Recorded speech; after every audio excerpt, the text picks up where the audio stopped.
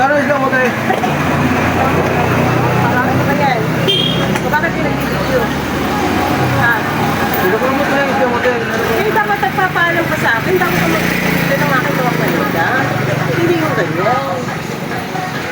Para may proof na ako tayo, ano? Dito ko sa isdahan mo. Dapat, karapatan ko magtanong sa iyo.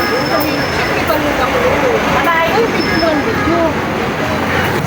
Bakit? Bawal ba mag-video tayo? Siyempre, mag-ano ka sa akin, ibigay ka ng informasyon na gagawin mo yan sa mga paninda ko. Dito sa paninda ko. Oo nga naman kuya, bakit kasi video ka ng video eh di ka pala nagpapaalam eh.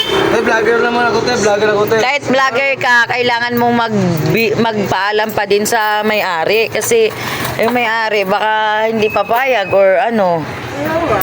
Kanina ka pa nakikita kong video ng video sa paninda ko.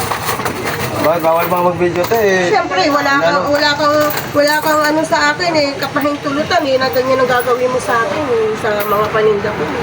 Pasensya na tayo. Inano ko lang naman sana, napromote ko lang naman yung paninda mo sana eh. Magaganda naman yung isda ni ate oh. At kailangan mong ano, mag-video, bawal yun pag walang pahintulot. 90, 100. Siyempre, hindi naman sa ako yung nagiging suplada. Ang inaano ko lang naman, siyempre, karapatan ko to eh. Karapatan ko to kasi tindahan ko to. Pasensya ka na tayo. Sa Yan. ulitin na, sa ulitin. Leksyon mo na yan, vlogger. Eh, boss, Wala namang ano, hindi nagpapaalam.